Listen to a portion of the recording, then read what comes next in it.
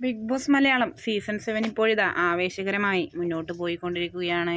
Big ബോസിലെ ഓരോ ചെറിയ വിശേഷങ്ങൾ പോലും സമൂഹ മാധ്യമങ്ങളിൽ വളരെയധികം ചർച്ച ചെയ്യപ്പെടാറുമുണ്ട്. ഇപ്പോഴിതാ കഴിഞ്ഞ ദിവസം നടന്ന നോമിനേഷൻ പ്രക്രിയയിലെ അനുമോളുടെ നോമിനേഷനാണ് വളരെയധികം സമൂഹ മാധ്യമങ്ങളിൽ ചർച്ച ചെയ്യപ്പെടുന്നത്. തനിക്ക് 2-ൽ കൂടുതൽ പേരെ നോമിനേറ്റ് ചെയ്യണമെന്നുണ്ട് എന്നും അത് ചെയ്യാൻ പറ്റാത്തത് കൊണ്ട് തന്നെ ഞാൻ 2 ആളെ സെലക്ട് ചെയ്ത് പറയുന്നുണ്ട് എന്നുമായിരുന്നു അനുമോൾ പറഞ്ഞത്.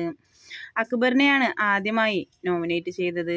അതിനുള്ള കാരണം ബിഗ് ബോസ് വീട്ടിലേക്ക് താൻ വന്നത് മുതൽ തന്നെ തന്നെ മാത്രം ടാർഗറ്റ് ചെയ്തുകൊണ്ടാണ് അക്ബർ ഗെയിം കളിക്കുന്നത് എന്നും താൻ ചെയ്യുന്ന ഓരോ ചെറിയ കാര്യങ്ങൾ പോലും നോട്ടീസ് ചെയ്തുകൊണ്ട് എന്നെ ട്രിഗർ ചെയ്യാൻ നോക്കുകയാണ് എന്നുമാണ് അനുമോൾ വ്യക്തമാക്കിയത്. അടുത്തതായി അനുമോൾ പറഞ്ഞ പേര് ജിസേലിൻ്റെതായിരുന്നു. ജിസേലും താനും തമ്മിൽ ഒരിക്കലും ചേരില്ല എന്നും പല തെറ്റിദ്ധാരണകളുടെയും പേരിലുണ്ടായ ഒരു കാര്യത്തിന്റെ അടിസ്ഥാനത്തിൽ അവൾ എന്നെ കള്ളിയെന്ന് വിളിച്ചു എന്നും ആ പേരിപ്പോൾ ബിഗ് ബോസ് വീട്ടിലെ റെന ഫാത്തിമയും തന്നെ വിളിച്ചു എന്ന് അനുമോൾ വ്യക്തമാക്കി.